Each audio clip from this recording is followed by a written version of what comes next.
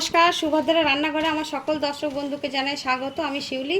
আজকে আমি দেখো নোটে শাক নিয়ে এসেছি। নোটে শাকগুলো আমি কেটে ধুয়ে পরিষ্কার করে নিয়েছি, তোমাদের দেখাচ্ছি। এগুলো সাদা নোটে শাক। আমি সাদা নোটে শাক ভাজা বানাবো। অনুষ্ঠান বাড়িতে যেভাবে বানায় সেভাবে ভাজাটা বানাবো। তো তোমাদের দেখায় আমি কিভাবে ভাজাটা বানাচ্ছি। আমি কড়াতে তেল দিয়ে দিয়েছি, কতগুলো চিনে বাদাম প্রথমে ভেজে এগুলোকে আমি তুলে নেব। আমার বাদামগুলো ভাজা হয়ে গেছে, মুখগুলো ফাটা ফাটা আরম্ভ হয়ে গেছে, ফাটছে। এবার আমি এগুলোকেও তুলে নিচ্ছি। এই তেলের মধ্যে আমি কতগুলো বড়িকে ভেজে তুলে নেব। এগুলো লাল লাল করে ভাজা হয়ে গেছে, এবার আমি বড়িগুলো তুলে নিচ্ছি। একটু তেল দিয়ে দিয়েছি, মধ্যে কালো জিরে আর শুকনো লঙ্কা ফোড়নে দিয়ে দিলাম।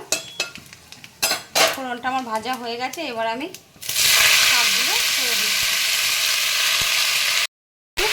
হলুদ দিয়ে দিলাম। এবার আমি শাকটা ওপর নিচ করে কিছু করে রান্না করব। দেখো আমার শাকটা হাফ হয়ে গেছে, এক কড়া ভর্তি হয়েছিল যখন দিই প্রথমে।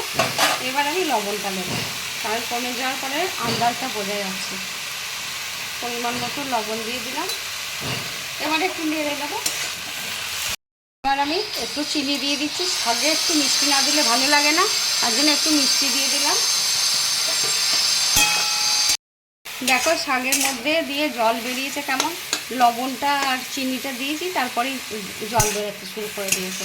যাই হোক, একটুখানি জলটা শুকিয়ে যাবে, এটা তো ভাজা শাক, সেই জন্য জলটা পুরো শুকিয়ে যাবে।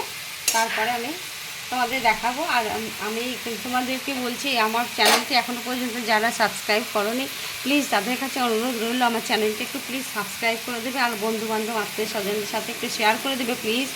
আর তোমরা সবাই আমার যারা পাশে আছো, নতুন বন্ধু পুরনো বন্ধু সকলকে জানাই অসংখ্য অসংখ্য ধন্যবাদ, অনেক অনেক ভালোবাসা সাথে থাকার জন্য।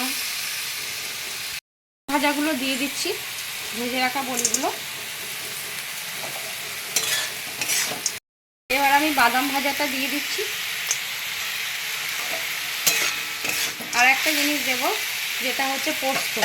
পোস্তটা কিন্তু আমি ভাজিনি, কাঁচা পোস্ত ওপর থেকে আমি ছড়িয়ে দিচ্ছি, কারণ কাঁচা পোস্তর একটা টেস্টটাই আলাদা রকম হয়। এবার তোমরা এরকমভাবে খেয়ে দেখবে। হ্যাঁ, মানে ভাজিনি, মানে আবার রোস্ট করা আছে। আমি পোস্তটা একটু রোস্ট করে নিয়েছিলাম, যেটা তোমাদের দেখানো হয়নি। শুকনো খোলা একটু নেড়ে নিয়েছিলাম। শাক রেডি, দেখো একদম শুকনো ঝুরঝুরে হয়ে গেছে, অসম্ভব সুন্দর দেখতে হয়েছে, আর খেতেও অসম্ভব সুন্দর হয়। এইভাবে তোমরা একবার বানাবে। আমি এবার গ্যাসটা অফ করে দিলাম। আমার নোটে শাক ভাজা অনুষ্ঠান বাড়ির মতো রেডি এবং সার্ভ করে দিয়েছি। অসম্ভব অসম্ভব সুন্দর হয়েছে, মানে এটা খেতে বা দেখতে তোমরা দেখতেই পাচ্ছ। তোমাদের কাছে অনুরোধ রইল, একবার অন্তত এইভাবে একবার বানাবে, বানিয়ে খেয়ে আমাকে কমেন্ট করে তোমরা জানাবে তোমাদের কেমন লেগেছে।